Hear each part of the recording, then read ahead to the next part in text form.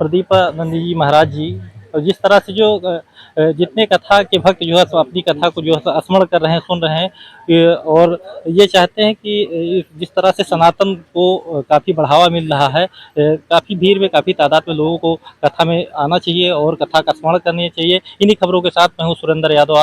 मैं पंडित दिलीपानंद जी महाराज अयोध्या धाम से, और ये पलिया ग्राम घुरीटा के क्षेत्र में कथा हो रही है। हम सभी भक्तों को यही संदेश देना चाहेंगे कि भागवत की ही कथा और परमात्मा का ही भजन कल्याणदायक है, वही मोक्षदायक है।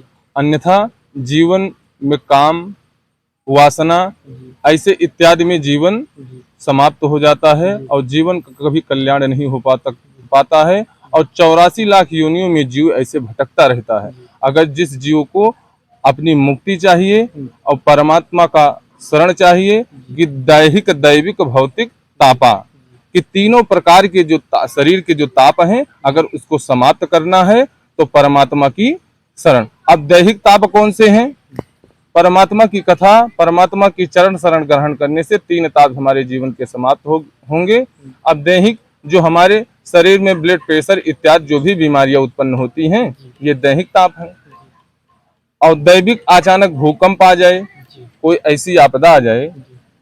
और भौतिक ताप, जो संसारिक किसी जीवों से हमको कष्ट मिलता है। तो ये तीनों ताप परमात्मा की चरण शरण ग्रहण करने से हमारे जीवन से समाप्त हो जाएंगे। हम ही पूरे समाज को संदेश देना चाहते हैं कि अगर सुखमय, मंगलमय जीवन चाहिए तो भगवान की चरण शरण को ग्रहण करें, क्योंकि भगवान मंगलम भगवान विष्णु मंगलम गरुड़ध्वजा और मंगलम पुंडरीकाक्ष मंगलाय तनोहरि। भगवान की ही चरण शरण ग्रहण करने से जीवन में मंगल ही मंगल होगा। हम ये संदेश देना चाहेंगे समाज को।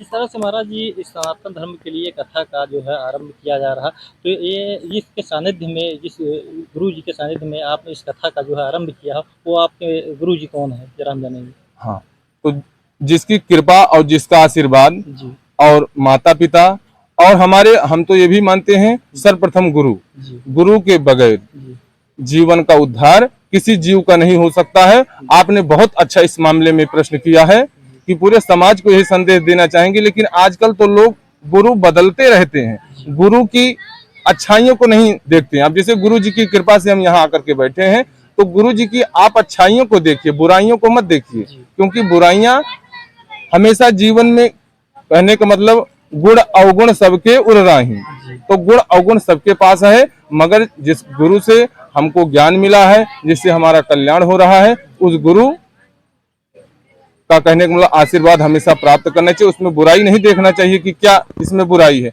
और हमारे गुरु जी पूजनीय, वंदनीय, चरणों में प्रणाम करते हुए, दंडवत करते हुए, गुरु जी हमारे श्री प्रदीपानंद जी महाराज श्री अयोध्या धाम से जी हैं, और बगल में। तो महाराज जी, जिस तरह से आप गुरु जी के सानिध्य से लेकर के इस कथा का आरंभ किया, अब तक कितनी कथा का जो है आपने जो है लोकार्पण किया? नहीं, हम जैसे व्यास मंच पे हैं, हम पहली ही कथा कर रहे हैं, और ईश्वर की ऐसी कृपा है कि लोगों का बड़ा सहयोग है। अब ये तो समाज का ये है कि कैसा हम बोल रहे हैं, कैसा कह रहे हैं, इसके बारे में तो मैं कुछ बता नहीं सकता हूँ।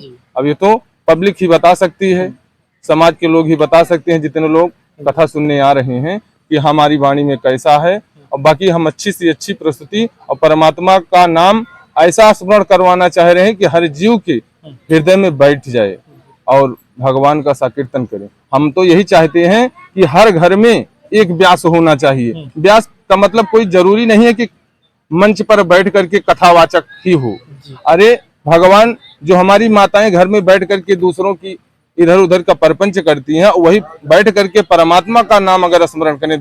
सनातन धर्म के लोगों को क्या संदेश देना चाहिए कि एक गुरु के सामने यदि शिष्य जो है कथा का प्रवचन करता है, पूरी अपनी जो है शिष्यता टीम के साथ लेकर के, तो लोगों को आप क्या संदेश देना चाहेंगे, किस तरह से जो है कथा का? सनातन धर्म के समस्त भक्तों से यही निवेदन है कि अगर आपके क्षेत्र में कोई कथावाचक, कोई विद्वान हो, सनातन धर्म को आगे बढ़ाना चाहता है, तो इस कथा के माध्यम से उसका सहयोग, विशेष रूप से सहयोग करना चाहिए, और उनके भगवान के चरित्रों को सुन करके उनके आदर्शों का पालन करना ही चाहिए। हनुमान जी ने जानकी मैया से लंका में कहा, कछुक दिवस जननी धर धीरा, भगवान की प्राप्ति इतनी जल्दी थोड़े हो जाएगी। आज कथा सुनो, कल फल की प्राप्ति हो जाए, इतनी जल्दी। कछुक दिवस जननी धर धीरा और कपिन सहित है रघुवीरा।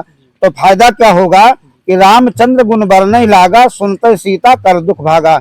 संसार में मनुष्य के अंदर जो भी ताप है, दुख है, भगवान की कथा को सुन करके फायदा यही होता है कि वो जीव समस्त दुख से मुक्त हो जाए।